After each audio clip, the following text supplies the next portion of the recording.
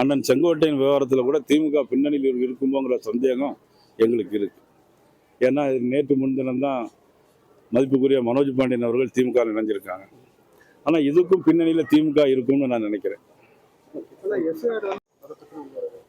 அதாவது எஸ்ஐஆர் சாரை பொறுத்த மட்டும் ஏற்கனவே நேரு காலத்திலிருந்து காங்கிரஸ் ஆட்சி காலத்தில் 9 தடவை நடந்திருக்கு.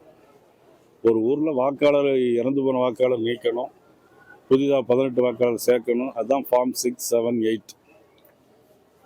இது கூட தெரியாமல் அவங்க நாட்டில் நடைபெறக்கூடிய இந்த ஆட்சியினுடைய அவலத்தை மடைமாற்றுவதற்காக இப்படி ஒரு போராட்டம். இதனால என்ன நடந்துடும்? ஒன்றுமே நடக்காது. குளத்தூர் தொகுதியிலே 9,000 வாக்காளர்கள் போலி வாக்காளர் இருக்குன்னு சொல்கிறாங்க. துறைமுகம் தொகுதியிலேயே 15,000 வாக்காளர் போலி வாக்காளர் இருக்கிறதாக சொல்கிறாங்க. போலி வாக்காளர்களை இறந்தவர்களை நீக்குவதில் இவங்களுக்கு என்ன வருத்தம் இருக்கு? சாருன்னு சொன்னாலே இவங்களுக்கு ஒரு பயம்தான். அண்ணா யூனிவர்சிட்டியில் உள்ள ஒரு சார், அந்த சார் முடியறதுக்கு முன்னே இந்த சார் வந்துருச்சா?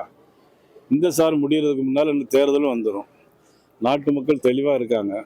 எந்த சூழ்நிலையிலும் 2026 தேசிய ஜனநாயக ஆட்சி அமையும்.